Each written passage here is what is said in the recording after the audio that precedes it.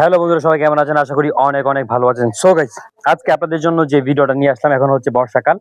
আর এই বর্ষাকালে কিন্তু কবুতর খুব কম ডিম পাড়ে। তো দেখেন আমার এতগুলা কবুতর রানিং থাকা সত্ত্বেও একটা কবুতরের ডিম বাচ্চা নাই। তো এখন আসলে কি করতে পারি, আপনারা একটু পরামর্শ দিবেন। তো আপনাদের পরামর্শ পেলে অবশ্যই আমি আপনাদেরকে পরামর্শ অনুযায়ী কাজ করব। ঠিক আছে, দেখেন আমার এখানে আহ অনেক জাতের কবুতর আছে, বেশিরভাগই দেশি কবুতর, ব্রেসার কবুতর, তারপরে হচ্ছে গ্রিজেল কবুতর, তারপরে গিরিবাজ কবুতর, হ্যাঁ, থেকে শুরু করে অনেক ধরনের কবুতর আছে। ঠিক আছে, দেখেন, আয় আয় আয়। আসলে কবুতর যারা পালে তাদের খুব মানে তাদের শখটা অন্যরকম। ভাই কবুতর না পারলে ভাল লাগে না, কবুতর না দেখলে ভাল লাগে না, খাওয়াইতে ভাল লাগে না। দেখছেন, প্রতিটা কবুতরই খুব সুন্দর। দেখছেন, এই যে দেখেন আমার কবুতর গুলা। সবাই আমার কবুতরের জন্য দোয়া করবেন, যাতে এদের নিয়ে ভালো কাজ করতে পারি, ভালো রেজাল্ট করাইতে পারি।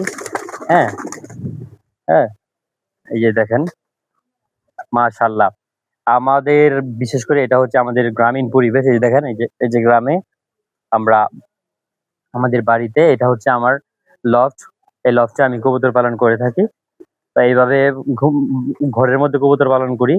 তো কবুতর গুলা ইনশাল্লাহ ভালো রেজাল্ট করানোর অপেক্ষায় আছি।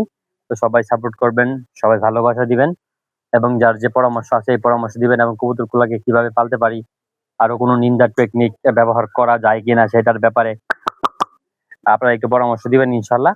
দেখছেন আমার কবুতরগুলো, দেখছেন? তো আলহামদুলিল্লাহ, কবুতরগুলা এখন কি করব, সামনে ভাবতেছি সামনে একটা খামার করব, কবুতরের খামার। যদি ভালো এটা দিয়ে ভালো রেজাল্ট করাতে পারি ইনশাল্লাহ সামনে খামার করব। তো সেই চিন্তা ভাবনায় বা সেই ইচ্ছা আকাঙ্ক্ষায় আছি। আয় আয় আয় আয়।